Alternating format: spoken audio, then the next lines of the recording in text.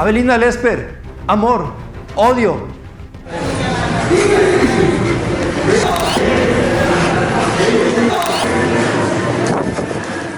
Si el amor no necesita explicarse, ¿por qué el arte debería ser explicado?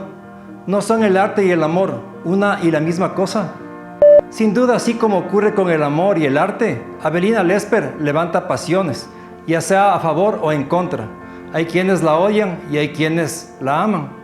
En el año 2017, el artista mexicano Pablo Helguera le decía en una carta abierta lo siguiente: no nos conocemos, pero te voy a escribir de tú, porque creo que así lo haría si nos viéramos en persona. No me dirijo a ti sin cierta trepidación.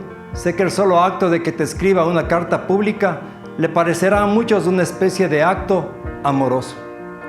Yo conocí las ideas de Lesper en el año 2012 a través de un video difundido en redes sociales, en el cual ella denostaba del así denominado arte contemporáneo. El tema me llamó la atención y por ello busqué información de Lesper en Google. Encontré su blog y ya que había un email de contacto le escribí. Esto fue el 7 de septiembre del 2012. Pensé que nunca recibiría una respuesta, pero estaba equivocado. 21 días después, ella me respondió. En mi email yo le comentaba que estaba de acuerdo con algunas cosas de las que ella afirmaba. Esto a pesar de que yo hacía performance, algo que ella consideraba y considera aún hoy que no es arte. Como hago performance es arte, no. Entre otras cosas le mencionaba que en el Ecuador, lo que inicialmente había sido la Bienal de Pintura de Cuenca, pasó a ser luego una Bienal de Arte Contemporáneo, tomando un rumbo conceptual. Esto contradecía los estatutos fundacionales de la Bienal. El cambio lo habían hecho, según constaba en los medios de comunicación de aquel entonces, con la final de ponerse de acuerdo, entre comillas, con lo que ocurría en ese momento en el mundo. Esto también entre comillas porque es una cita de lo que había sido publicado. Es decir, una de las razones por las que la Bienal cambiaba de dirección era la actualización. Tenían que hacer una especie de update conceptual y no había en realidad ningún sustento o justificación teórica para ello.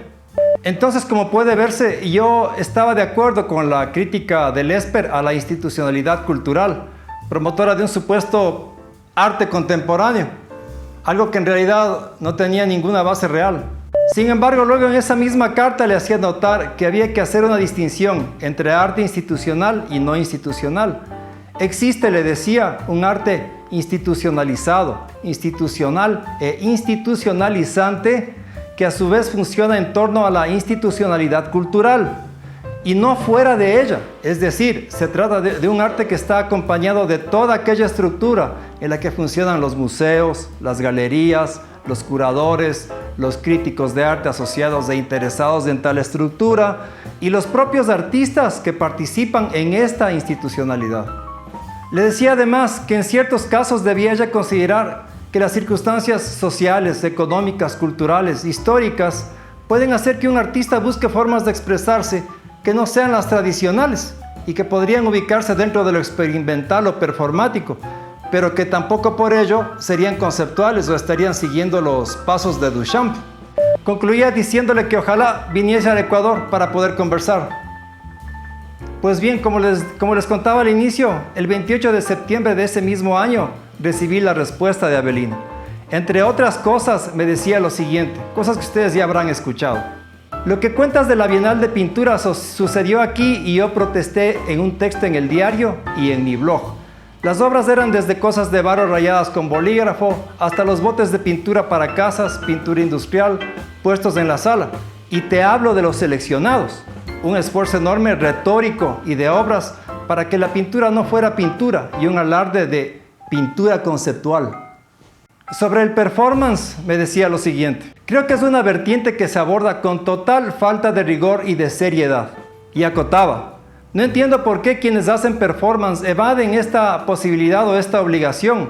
A las áreas del arte performáticas o de realización en vivo se les exige un nivel de desempeño altísimo. Es el caso del teatro, la danza y la música. Ahí el público literalmente abuchea una mala actuación. Concluía diciéndome que se promueve la idea de que a la versión del performance que se hace desde las artes visuales y sin ninguna razón teórica sólida, hay que mirarla con paternalismo y condescendencia. Mencionaba que no existía, que no existe un parámetro de calidad ni de resultados, y que se trata de obras sujetas al accidente, a la necesaria arbitrariedad de la improvisación. Terminaba su carta comentándome: me encantaría ir a Ecuador y tratar con los creadores de allá. Tal vez un día exista esa oportunidad. Gracias por escribir y seguimos en contacto. Respondí este mail, pero nunca volví a tener una respuesta. Avelina Lesper vino al Ecuador en el año 2014 y nunca hablamos. De hecho, yo me enteré de que había estado aquí mucho más tarde. Pero esto en realidad fue algo muy bueno y lo explico. Cuando ella estuvo en el Ecuador fue por una invitación de la casa Egues del pintor Pavel Egues, quien hizo aquel panfletario mural ubicado en lo que fuera la Fiscalía General del Estado del Ecuador, en la ciudad de Quito.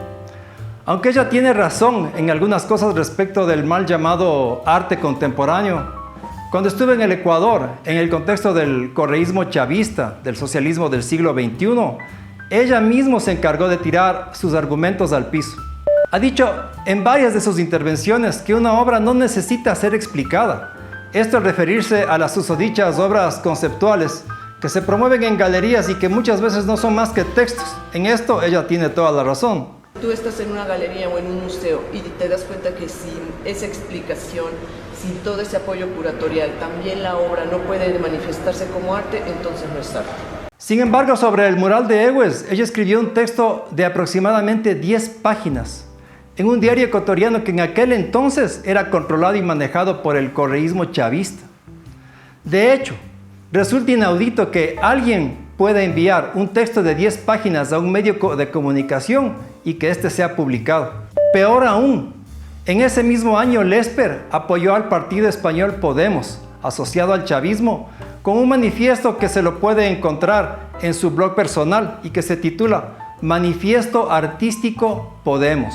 Dígase de paso que hace poco el galerista español Nacho Ruiz le llamó de payasa en un artículo publicado en el HuffPost titulado Avelina Lesper, cuando el crítico es un payaso. Allí él hace una referencia al manifiesto de Lesper. Ya sabemos todo lo que generó en España Podemos y quiénes estaban atrás de este movimiento. Ya sabemos lo que había ocurrido en el Ecuador con Diario El Universo, cuando Correa le metió una demanda millonaria que amenazaba con desaparecer este medio de comunicación y cuya finalidad era tener el control de los medios en todo el país. Es verdad que en bienales, concursos de arte, instituciones culturales, en general, tanto privadas como públicas, existe una total falta de coherencia cuando se promueve el performance, la instalación y el video arte. Es verdad que muchos artistas que dicen hacer performance o instalación, en realidad no hacen performance o instalación, sino que hacen cualquier cosa. Es verdad que a un actor de teatro o a un cantante de ópera, el público los abuchea si hacen mal su trabajo.